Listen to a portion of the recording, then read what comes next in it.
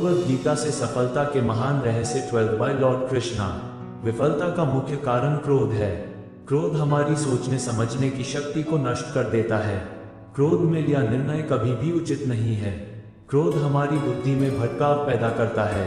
अक्सर क्रोध के कारण हम गलत निर्णय ले लेते हैं, जिसके कारण कभी कभी हमारा सब कुछ नष्ट हो जाता है।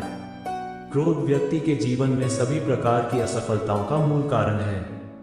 लालच और वासना के अलावा क्रोध ऐसा तीसरा बड़ा कारण है जो हमें नरक के द्वार की तरफ ले जाता है। क्रोध के कारण आप किसी का बुरा कर पाएं या न कर पाएं, पर आप अपना बुरा यकीनन कर लेते हैं। यदि आप अपने जीवन में सफलता प्राप्त करना चाहते हैं तो मन को शांत रखते हुए क्रोध को दूर करने का प्रयास करना। मन में उलझन, घबराहट और अशांति नहीं होनी चाहिए।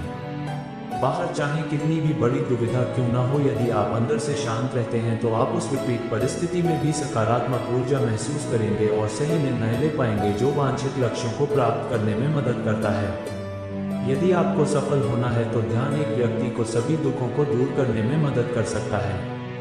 ध्यान के द्वारा आपका मन शांत रहता है। अपनी शक्ति को पहचानें। आपके अंदर एक अद्भुत शक्ति है। यह एक सर्वोच्च शक्ति है जो आपको जीवित रखती है। आप कुछ भी कर सकते हो। इस छिपी हुई शक्ति पर हमेशा विश्वास करो। आप जो कर रहे हो उसे पूरे विश्वास के साथ करो। आपके अंदर की शक्ति हमेशा आपको सही बनाने के लिए आपके साथ होती है और आपको अद्भुत चीजें करने की ताकत देती है। कर्तव्यों से कभी दूर मत भागो। कर्तव्यों से दूर भागना सफलता का रास्ता नहीं है। इसलिए हमेशा कर्तव्यों को पूरी लगन के साथ पूरा करें। कर्तव्य हमारा अपने लिए भी है, अपने माता पिता, परिवार, मित्र, शिक्षक, देश एवं समाज सभी के लिए होता है। इन सभी के लिए हमारी नैतिकता जो कुछ करने के लिए कहती है वही हमारा कर्तव्य है। बिना अपेक्षा के हमें जो करना चाहिए वही कर्तव्य की श्रेणी में आता है। कभी संदेह मत कीजिए। भगवद गीता के अनुसार एक संदिग्ध व्यक्ति को इस दुनिया में शांति नहीं हो सकती है। संदेह करने वाला व्यक्ति दूसरों पर ही नहीं बल्कि खुद पर भी संदेह करता रहता है और अपने लक्ष्य को कभी भी हासिल नहीं कर पाता।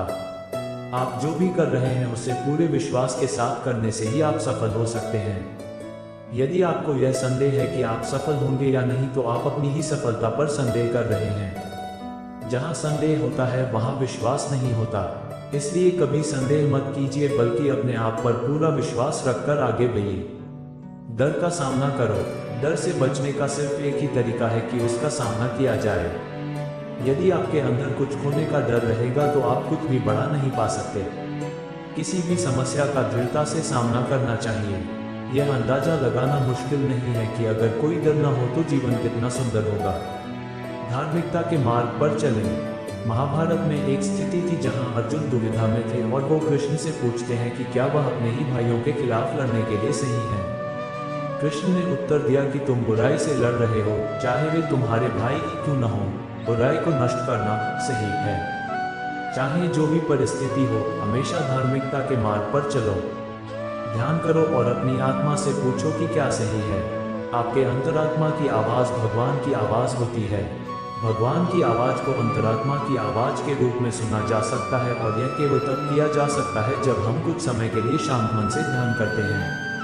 परिणामों की परवाह मत करें। कर्म करना आपका कर्तव्य है। परिणामों की परवाह मत करें। आप आपके कर्म, अपने कर्तव्य को नियंत्रण कर सकते हैं, पर परिणामों पर आपका कोई भी नियंत्रण नहीं है।